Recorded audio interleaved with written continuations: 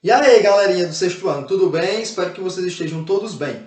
Bom, hoje, quarta-feira, nós estamos dando início a mais uma aula, só que agora é a nossa aula do terceiro bimestre. Preste atenção no que eu vou falar aqui para vocês. Hoje vocês estão fazendo recuperação de alguma disciplina. A minha recuperação será sexta-feira para aqueles que, porventura, não conseguiram atingir a média 7, que é a média da nossa escola.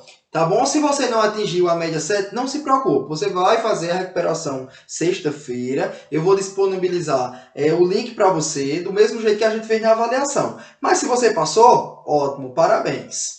Certo? Então hoje eu queria que vocês pegassem um módulo de vocês, na página 2, que é a página inicial. E hoje a gente vai dar uma pequena introdução nas nossas aulas que vão vir pela frente. Hoje é apenas uma introdução. Hoje é apenas um pequeno enredo que a gente vai ver sobre Roma, cultura. Você pode dizer, professor, mas nós já estudamos o bimestre passado sobre alguns aspectos de Roma. Isso, nós vimos a Roma antiga, as relações estruturais de Roma, e hoje a gente vai ver Roma, os aspectos culturais. Então vocês abram aí na página 2 de vocês. Professor, eu posso já vir para a página 4, que é onde vai iniciar realmente. Não, eu quero que você fique na página 2 e a página 3, porque hoje vai ser só uma introduçãozinha, porque tem muita gente ainda que ficou para fazer recuperação. Então, para que a gente não canse vocês, a mente de vocês, hoje a gente vai fazer só uma introdução sobre Roma, aspectos culturais. Primeiramente, eu trouxe alguns pontos aqui, eu trouxe 4 pontos que vai nortear as nossas aulas daqui para a gente terminar o assunto de Roma. Que a gente vai ver Roma, depois a gente vai ver Roma com o cristianismo, e depois a gente vai ver Roma e os seus aspectos da sociedade atual. Mas, para que a gente compreenda tudo isso, eu queria que vocês compreendessem. Primeiramente, eu trouxe aqui uma palavrinha-chave que vai nos ajudar bastante. Politeísmo. Professor, o que seria politeísmo? Nós já estudamos no primeiro bimestre as sociedades pré-históricas, e a gente observou que quando a gente vinha vincular a relação religiosa, sempre eu dizia, eles são politeístas. O que seria politeístas? É que acredita em apenas um Deus. É isso? Não, né? Eu pensei que vocês iam concordar.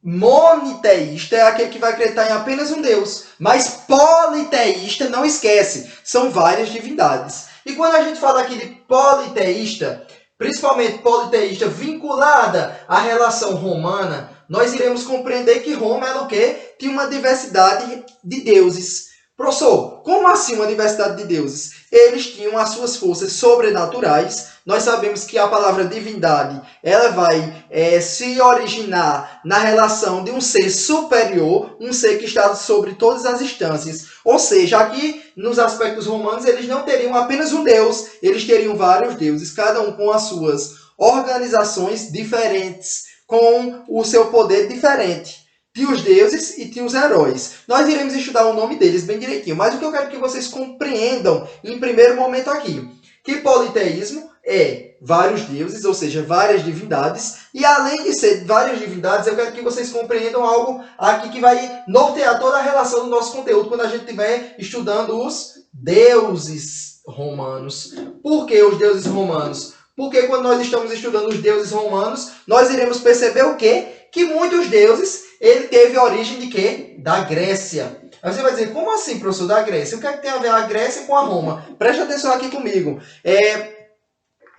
Os romanos, eles tinham uma grande afeição pela cultura grega, ou seja, eles admiravam a cultura grega. Então, a partir do momento que eles admiravam a cultura grega, eles pegaram os deuses que pertenciam à Grécia e, consequentemente, adaptaram à realidade romana, do Império Romano. Ou seja, muitos deuses trocavam apenas de nome da Grécia para Roma, mas eles tinham o quê? O mesmo poder e a mesma divindade. Então a gente observa o quê? Que a Grécia e a Roma, elas estão o quê? Interligadas, principalmente nas relações culturais. A gente não pode esquecer isso.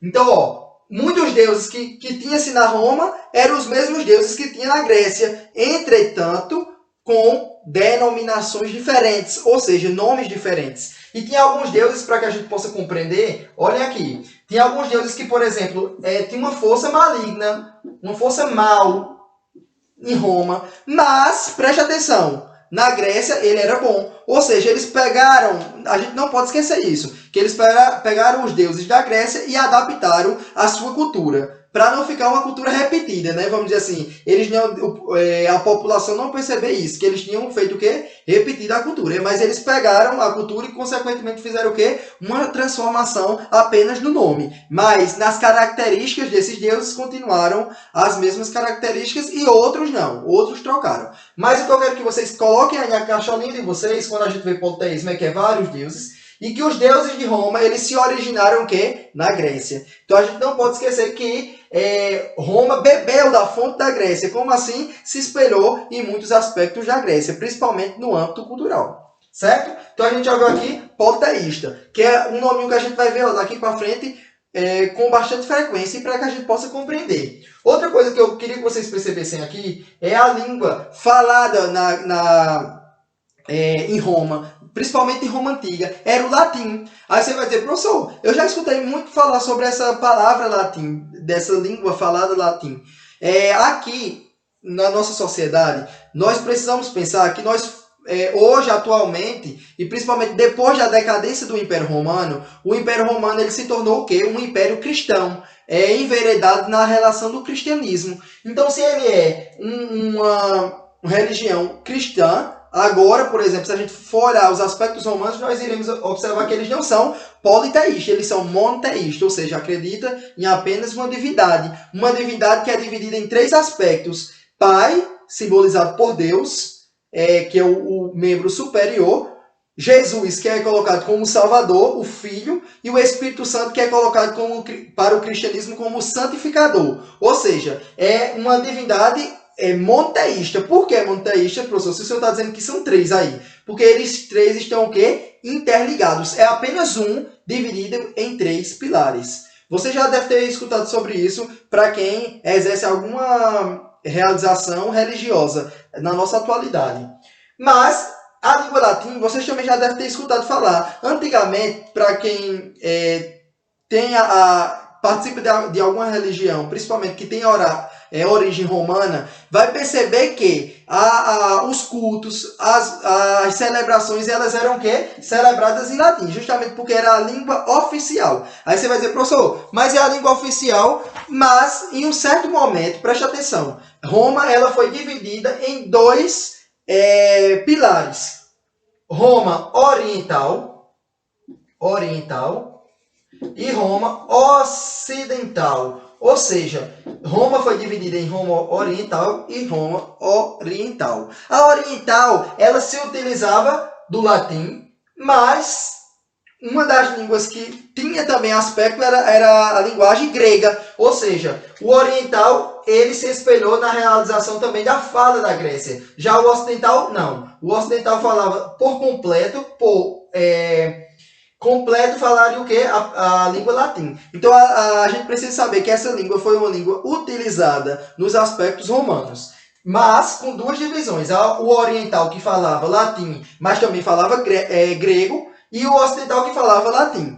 Aí você pode dizer, professor, por que o senhor fez essas duas divisões? Para que vocês compreendam, pessoal, e não se esqueçam, que Roma, em um certo momento, ela foi o quê? Dividida em Roma oriental e Roma ocidental. Cada um com os aspectos culturais e os aspectos sociais diferenciados. E a gente vai ver isso bem direitinho durante as nossas aulas que estão por vir. Outra coisa que eu quero que vocês compreendam é sobre a relação patriarcal. Professor, o que seria a realização patriarcal? Pessoal, não vamos esquecer aqui, ó. Patriarca, ele está ligado ao quê? À figura do pai, à figura paterna. Vamos pensar aqui que a figura do pai, a figura paterna, era uma figura importantíssima para essa sociedade. Por quê, professor? Era uma sociedade importante para essa sociedade? Porque o pai era aquele que geria a família. Ou seja, o pai era aquele que tinha o comando central sobre a família. Mas a gente não pode esquecer que o pai ele tinha uma grande importância também nas questões das discussões políticas. Aí você pode estar se perguntando aí, professor, quer dizer que o pai é o chefe da família, é o líder da família. E também era aquele que poderia fazer as discussões políticas. Mas as mães, vamos lá pensar aqui comigo, as mães, elas não eram bem vistas nessa sociedade, porque a mulher, a própria relação de mulher, não era bem vista na sociedade romana. Vale salientar que, preste atenção, a mulher ela não tinha direito nem de discussões políticas, e nós iremos estudar detalhadamente isso nesse bimestre, que as mulheres elas não eram vistas como seres essenciais na sociedade. Elas eram vistas apenas como objeto de realização de trabalho doméstico e também da criação dos filhos. Então a mulher ela não participava de discussões políticas, as mulheres elas não tinham direitos civis, já os homens tinham todo o direito. Mas a gente vai observar e a gente precisa pensar que estamos no século XXI e ainda hoje, na nossa atualidade, muitos homens ainda pensam dessa forma, que o patriarca, o pai, é aquele que comanda toda a família. Mas hoje nós sabemos que em pleno século XXI isso não existe mais. O pai e a mãe estão no mesmo aspecto intelectual, nos mesmos aspectos culturais. Ou seja, o homem e a mulher, nem o homem é mais do que a mulher, nem a mulher é mais do que o homem. Estamos numa sociedade onde busca a igualdade entre os gêneros, entre os homens e as mulheres. Mas, na sociedade romana, nos aspectos culturais, que é o que nós iremos retratar, isso era diferente. Os patriarcas, os pais, eram aqueles que tinham a dominação, que fazia as participações políticas e, consequentemente, interagia naquela sociedade. Outra palavrinha que eu quero que vocês percebam aqui é a realização dos direitos romanos. Vale salientar que Roma ela fez uma grande expansão territorial. Roma ela expandiu seu território, consequentemente, agregando o quê? Vários aspectos culturais e de leis. Como assim? Vamos pensar aqui comigo que essa bola que eu fiz aqui para vocês vai representar o Império Romano. O Império Romano em busca de quê? De territórios em outros locais. Então, a partir do momento que eles chegam em outros locais e domina esse outro local, esse local vai pertencer também a Roma. Entretanto, as pessoas que estavam aqui estavam com costumes e direitos diferentes. E o que é que eles faziam? O direito romano, que foi criado nos aspectos romanos, no intuito de quê? De agregar todas essas leis aqui e fazer uma lei superior para todas. Ou seja, mesmo com a difusão, vamos dizer assim, a bipartidação, a conquista de novos territórios, eles pegaram todos os territórios e fizeram leis que unificasse todos os territórios, que é chamado de direito romano, que foi criado no século VI por Justiliano, que era um grande líder romano. Então a gente não pode esquecer que essas leis, elas foram leis que cobriam toda a região nos aspectos romanos. Você pode perguntar, professor, nós vimos no segundo bimestre alguns aspectos sobre Roma, por que no terceiro bimestre nós iremos continuar? Preste atenção, para que a gente entenda o poder que se tem a Roma. E outra coisa, além do poder superior, a influência que Roma tem até nos dias de hoje na nossa sociedade.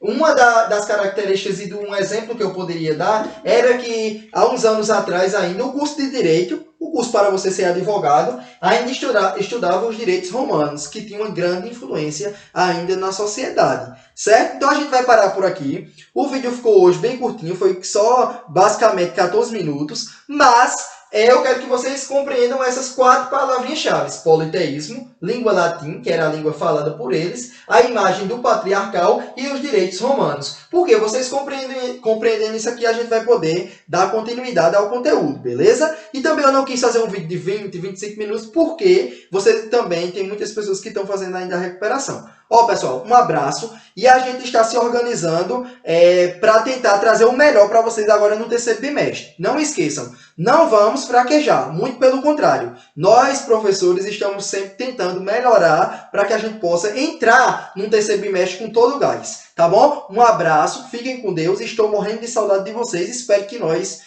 volte logo para a sala de aula. Valeu, um abraço!